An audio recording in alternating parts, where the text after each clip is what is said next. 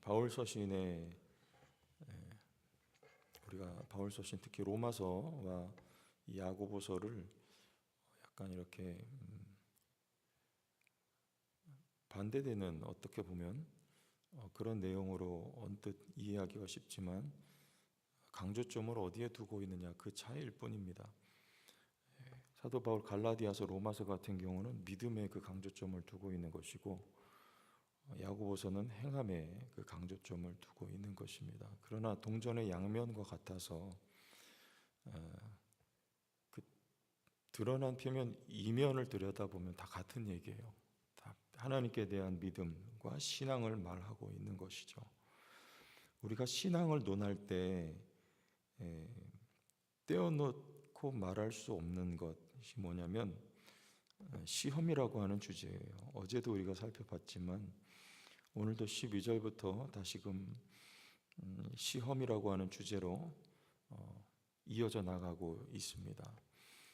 시련을 견디어낸 자는 결국에는 생명의 면류관을 얻을 것이기 때문에 인내해야 된다는 말씀을 12절에 하고 있죠. 견디어낸 자가. 어제 말씀에서는 시험을 당하거든 심지어는 기쁘게 여기라까지 말씀을 하고 있어요. 왜냐하면 우리가 온전하게 시험을 통해서 만들어지기 때문이다. 이런 말씀을 합니다. 시련이 우리에게 주는 유익이라고 하는 것은 두 가지로 정리를 해볼 수가 있어요. 뭐냐면 결국에는 말씀드렸듯이 두 마음을 품어 야고보서 우리 어제 읽었던 4장 말씀에도 너희가 두 마음을 품은 자들아 너희 마음을 성결하게 하라 이런 말씀이 있었죠. 그것이 결국에는 한 마음으로 다듬어지는 거예요. 우리가 세상과 하나님께 소위 말하는 양다리 걸치고 있는 상태에서 한쪽을 포기하고 하나님께 향한 마음으로 오로지 우리의 마음이 하나님께만 향하여지도록 시험이 다듬어 준다는 뜻이죠. 그래서 그 결과는 하나님을 부르짖게 되는 거, 부르짖게 돼요. 시험 중에, 고통 중에. 우리 사사기 말씀에도 삼손이라고 하는 사사가 2번 부르짖잖아요. 사사인데도 불구하고 하나님을 부르짖었던 횟수가 성경엔 2번밖에 나오지 않습니다. 그런데 그 부르짖었던 2번이 삼손이 다 괴로울 때 부르짖어요. 한나가 언제 부르짖습니까? 괴로우니까 부르짖죠. 엔하골에서 한번 부르짖고요, 삼손이. 그리고 마지막에 죽기 직전에 다곤 신전에서 간절히 하나님 앞에 부르짖습니다. 어려울 때 부르짖는 거예요. 시련 가운데 우리가 하나님을 부르짖게 돼요. 하나님께 우리의 마음이 향하게 되는 거죠. 그리고 또 한 가지는 그럼으로써 우리가 하나님을 의지하게 되는 겁니다. 하나님을 부르짖고 하나님을 의지하고 깎이고 다듬어져서 두 마음이 아닌 하나님만을 향한 오롯한 마음이 되도록 그래서 결국에는 오늘 말씀처럼 생명의 면류관을 얻게 되는 결과를 누리게 되는 것입니다. 그런데 이 시험은 원인이 무엇인가? 그게 13절, 14절에 나오는 말씀이에요. 사람이 시험을 받을 때에 내가 하나님께 시험을 받는다 하지 말지니 하나님은 악에게 시험을 받지도 아니하시고 친히 아무도 시험하지 아니하시느니라. 그런데 구약 성경에 보면 하나님이 시험하셨다고 하거든요. 출애굽기 15장에도 마라 사건에 앞서서 그 마라 사건을 지나고 나서 그 부분에 하나님이 이스라엘을 시험하셨다고 하고요. 신명기 8장 말씀에서도 하나님이 이스라엘 백성을 시험하셨다 그렇게 말씀을 하세요. 이게 무슨 말씀이냐면 야고보가 하는 말은 시험의 원인은 너희들에게 있다는 거예요. 그 원인이 뭐냐면 14절이에요. 오직 각 사람이 시험을 받는 것은 자기 욕심에 끌려 미혹됨이니 욕심이 잉태한즉 죄를 낳고 죄가 장성한즉 사망을 낳느니라. 우리가 만나는 시험은 우리에게 원인이 있습니다. 그게 뭐냐면 우리의 죄악이라는, 우리 욕심이라는 거죠. 하나님만을 사랑해야 되는데 하나님을 사랑하는 것과 동시에 그 어떤 대상을, 이스라엘 백성들이 하나님을 완전히 떠난 적이 없다는 거죠. 하나님과 바알과 아세라를 함께 섬기는 거죠. 우상이에요. 그것을 제거하기 위한 게 시험이라는 거예요. 제거되면 우리에게 복이 되는 거예요. 우리에게 원인이 있다는 거죠. 16절에 그래서 내 사랑하는 형제들아 속지 말라. 17절 온갖 좋은 은사와 온전한 선물이 다 위로부터 빛들의 아버지께로부터 내려오나니 그는 변함도 없으시고 회전하는 그림자도 없으시니라. 우리 앞에 말씀에 무엇과 대조가 됩니까? 11절에 해가 돋고 뜨거운 바람이 불어 풀을 말리면 꽃이 떨어져 그 모양의 아름다움이 없어지나니 부한 자도 그 행하는 일에 이와 같이 쇠잔하리라. 세상 것은요, 풀의 꽃과 같이 이렇게 비유했죠. 풀의 꽃과 같이. 풀의 꽃은 금방 말라지잖아요. 그리고 금방 시들잖아요. 쉬운 말로 변하잖아요. 그래서 속지 말라는 것입니다. 하나님 외의 모든 것은 다 변해요. 변하지 않는 것이 없습니다. 오늘은 좋은 것 같지만 그것이 곧 쇠잔하게 되는 것들 뿐인 것이 바로 우리가 때때로 유혹을 받는 세상 것들이라는 거죠. 그래서 속지 말라. 그것이 아니고 진리는 우리 하나님 아버지 한 분뿐이다 라고 지금 말씀하는 거예요. 온갖 좋은 은사와 온전한 선물이, 성경에서 이렇게 말할 때는 여러분 이게 진짜 좋은 겁니다. 온갖 좋은 은사와 온전한 선물이 어디로부터 옵니까? 위로부터 오는 거예요. 다 위로부터요. 그래서 골로새서에서 뭐라고 말씀합니까? 3장에 그러므로 너희가 그리스도와 함께 다시 살리심을 받았으면 어디 것을 찾으라고요? 위에서부터 좋은 것이 오니까요. 위의 것을 찾으라. 근데 그 위에는 뭐가 있길래요? 거기는 그리스도께서 하나님 우편에 앉아 계시느니라. 위의 것을 찾으래요. 좋은 것이 다 위로부터 내려온대요. 다 같은 얘기잖아요. 좋은 게 뭐예요? 예수 그리스도께서 앉아 계시느니라. 위의 것을 생각하고 땅의 것을 생각하지 말라. 우리 생명이신 그리스도께서 나타나실 그때에 너희도 그와 함께 영광 중에 나타나리라.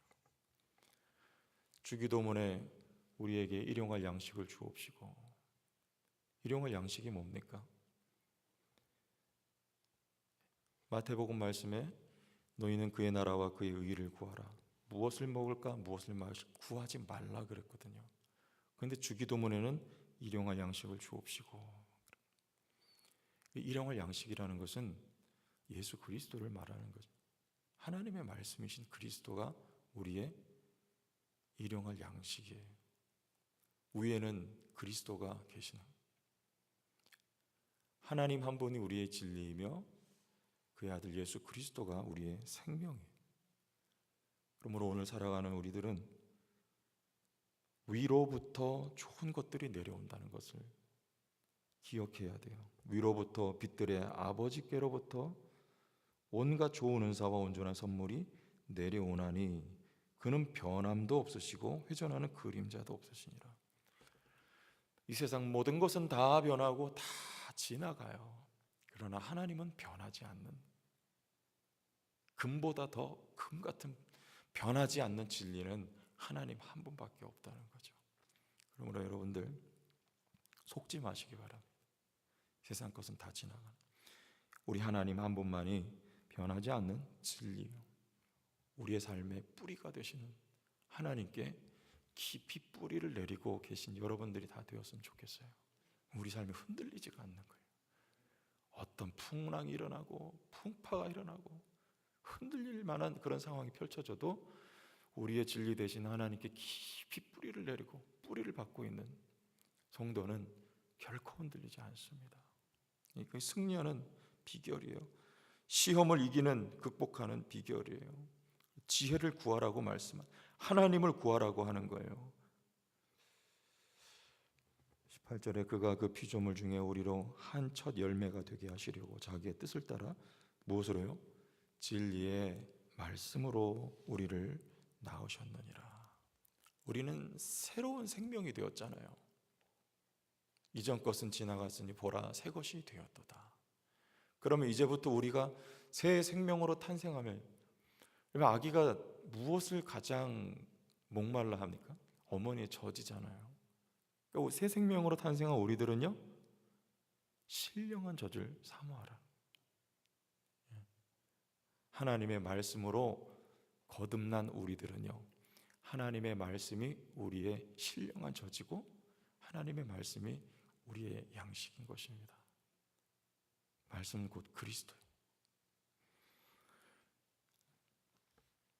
18절부터 우리 읽었던 27절까지, 이게 조금 다른 내용 같지만 사실 다 연결되어지는 내용이에요. 속내지 말라. 그리고 속냄과 반대되는 개념은 21절에 그러므로 모든 더러운 것과 넘치는 악을 내버리고 너희 영혼을 능히 구원할 바 마음에 심어진 말씀을 온유함으로 받으라. 어떤 말씀이에요? 심어진 말씀. 우리 말씀으로 거듭났고 여러분 안에 그 생명이 이미 심어졌어요. 그것을 어떻게 받으라는 거예요? 온유함으로 받으래요. 성내지 말고. 구약의 이스라엘 백성들은 뭐 했습니까? 성냈잖아요. 물이 없을 때 성냈잖아요. 먹을 것이 없을 때 성냈잖아요. 근데 그게 언제 다듬어지고 언제 온유하게 됩니까? 모세가 언제 온유하게 되었습니까? 길고 긴 시련의 기간을 통과하여서 온유하게 되는 거죠. 우리가 시험의 과정, 연단의 과정을 통하여 여기 실제로 온유라고 하는 이 말 속에는 고생이라는 뜻이 들어있어요. 고생하면 여러분 온유해집니다. 제가 약간 온유해 보이지 않아요? 고생하면 온유해져요. 연단 가운데, 시련 가운데 그거 다 지나고 나면서 우리가 온유하게 되고 심겨진 하나님의 말씀을 온유함으로 받게 되는 거예요. 그럼 우리의 삶에 뭐가 나타납니까?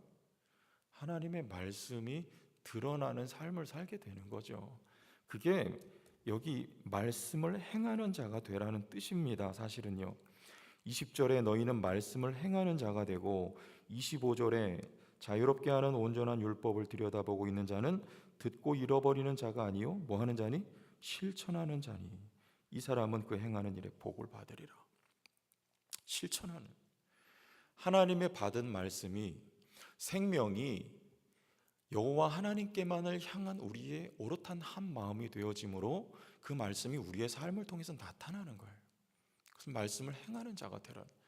야고보는 강조점을 행함에 두었기 때문에 야고보서를 읽어보면 계속 이런 식으로 표현이 됩니다. 어떻게 보면 굉장히 율법적으로 우리에게 들려지죠. 행하는 자가 되라. 행하라. 믿는 사람이 어떻게 행함이 따르지 않겠습니까? 믿는 사람이 어떻게 온유해지지 않겠습니까? 완전하지는 않다 할지라도 그 가는 길이 온유함을 추구하는 길로 가게 돼 있어요. 하나님 앞에 온유하고 겸손해지게 돼 있습니다. 사람을 향하여도 그리스도의 사랑이 조금씩 비춰져 드러나게 되어 있는 것이 믿는 자의 삶이에요.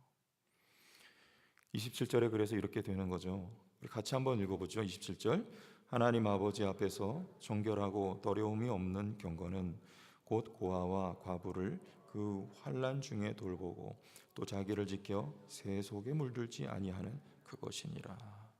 그렇죠? 자기를 지켜 새 속에 물들지 아니할 때 그 사람의 마음은요, 새 속으로 향했던 하나의 마음이 제거될 때 그 사람의 마음은요, 하나님만을 사랑하고 하나님을 향한 오롯한 마음, 한 마음이 되는 거죠. 하나님만을 사랑하는 마음이 되는 거예요. 그 사람은요, 누구를 또 사랑할까요? 고아와 과부를 그 혼란 중에 돌보는 이웃을 사랑하는 사람이 되어가지 않겠습니까? 이것이 믿음이라는 거죠. 여러분들, 오늘 어떤 상황 속에 우리가 처해 있든지 하나님은 우리를 참 성도로 만들고 계시다는 것을요 기억하시고, 하나님을 향한 한 마음, 그리고 이웃을 돌아볼 줄 아는 성도의 참된 믿음의 삶이 우리 성도교회 성도들 가운데 드러나기를 주의 이름으로 축원합니다. 하나님 아버지, 부족한 것이 많습니다만 하나님은 우리의 연약함과 부족함을 오늘도 다듬어 가시고 세워져 성숙한 사람들로 만들고 계시는 은혜를 오늘도 바라봅니다. 어려운 일들을 만날 때에도 하나님의 도우심과 사랑의 손길인 것을 기억하고, 하나님, 결국엔 우리가 온유한 사람들로 빚어지고 하나님만을 향한 한 가지의 마음을 가진 신실한 성도들로, 그리고 이웃들도 돌아볼 줄 아는 믿음의 열매를 가진 자들로 하나님 우리를 만드시고 사용하여 주옵소서. 예수님 이름으로 기도합니다. 아멘.